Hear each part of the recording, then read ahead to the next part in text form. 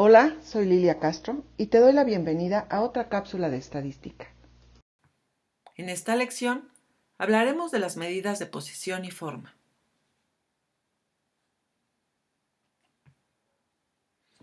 Las medidas de posición son aquellas que informan de la distribución de los datos de acuerdo a una posición determinada y forman parte de la estadística descriptiva. A las medidas de posición se les conoce como percentiles. Las más comunes son terciles, cuartiles, quintiles y deciles.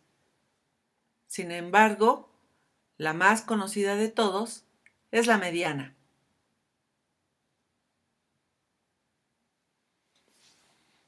Hablemos de la mediana o percentil 50. Antes de proceder con la definición de la mediana y sus características, vamos a definir qué se entiende por un percentil. Este es el valor del elemento que divide un conjunto de datos en 100 subconjuntos de igual magnitud, es decir, 100 grupos de igual tamaño.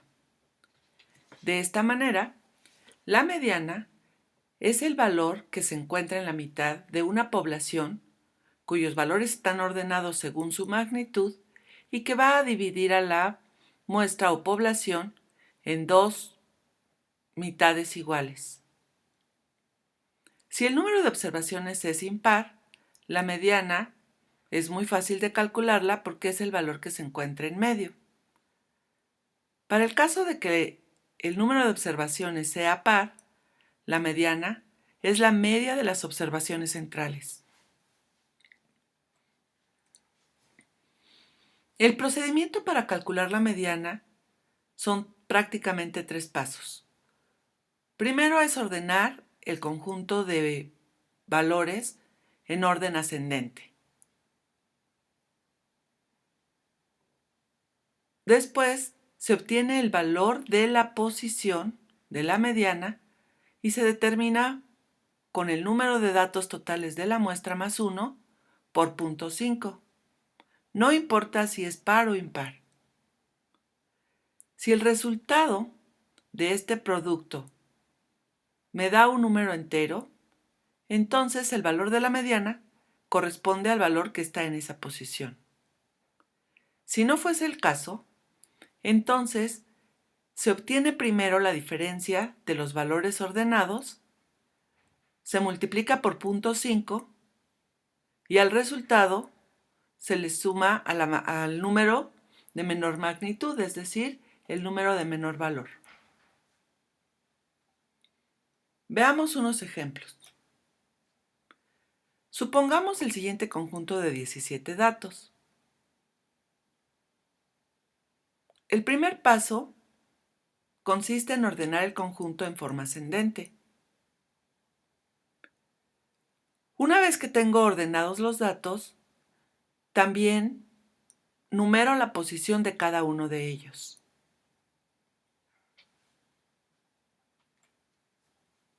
Después calculo el valor de la posición de la mediana.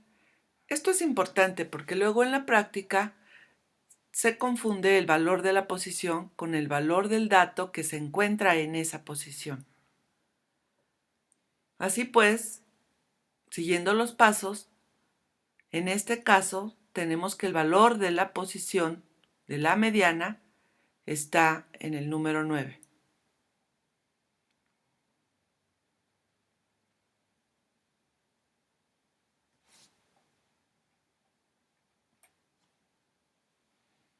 Por lo tanto, el tercer punto solo es identificar el valor de la mediana que se encuentra en la posición 9 y corresponde al número 7.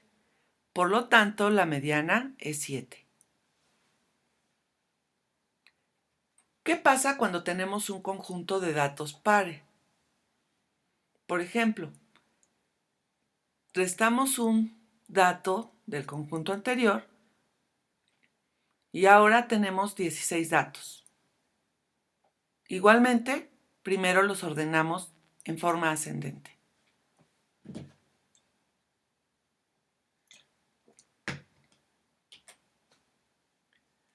Después calculamos el valor de la posición. En este caso, sale un número mixto, 8.5. Por lo tanto, la posición se encuentra entre la posición 8 y 9. Así que obtenemos la diferencia de los valores que se encuentran entre la posición 8 y 9, que son el 7 y el 5, que es 2. Multiplicamos por 0.5, 2 por 0.5 me da 1.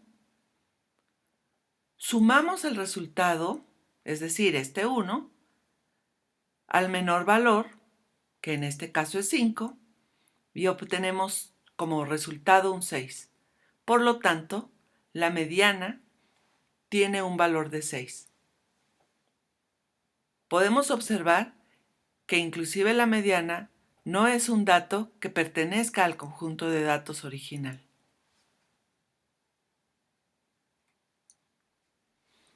De igual manera, se procede para calcular cualquier percentil, particularmente el percentil 25 y 75, que pertenecen al Q1 y Q3, se va a determinar de la misma manera que se hizo para la mediana, solamente que la posición se obtiene en el primer caso multiplicando por 0.25 y en el segundo por 0.75.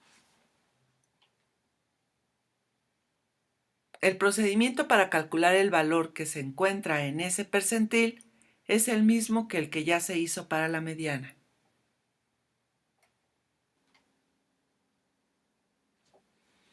Ahora veamos un buen uso de la mediana.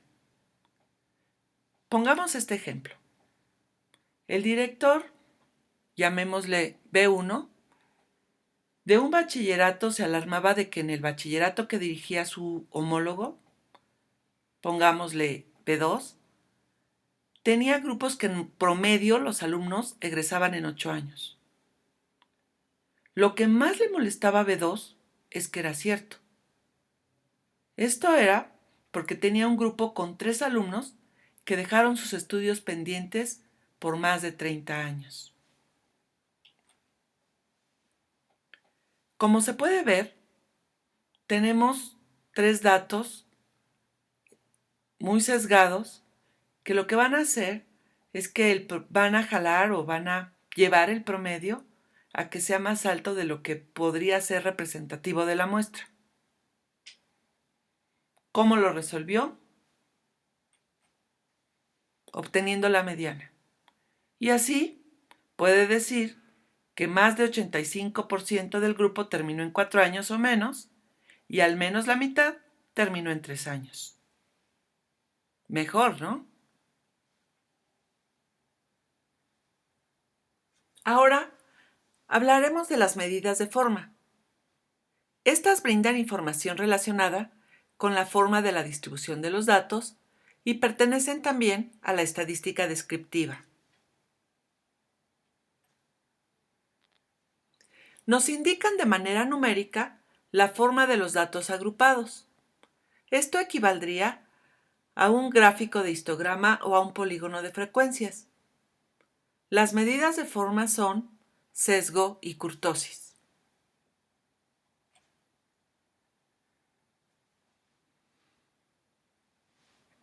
Si viéramos la kurtosis de forma gráfica, tendríamos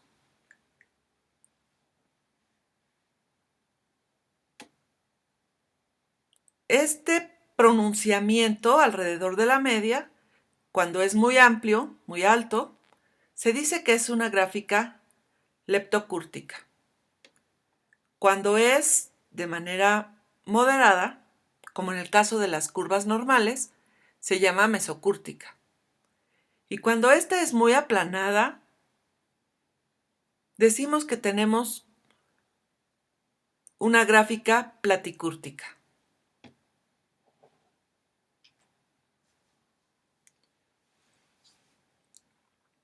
Si viéramos las 3 curvas puestas con el mismo eje, se verían de esta manera. la más pronunciada, la curva leptocúrtica, de forma moderada, la mesocúrtica, y la más aplanada platicúrtica. Cabe mencionar que el valor numérico que tiene la curva mesocúrtica para la normal generalmente es de 3.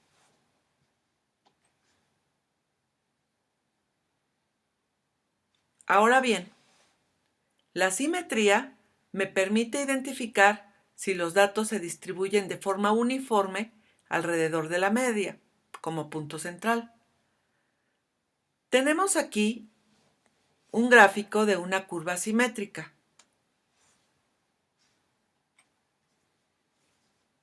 Si mantenemos el eje de simetría y vemos que la mayor parte de datos se acumulan hacia la izquierda, vamos a hablar que tenemos una curva asimétrica y que esta asimetría es positiva. Por lo contrario, si tenemos una curva que se encuentra en su mayor número de datos hacia la derecha, vamos a decir que también es una curva asimétrica, pero negativa.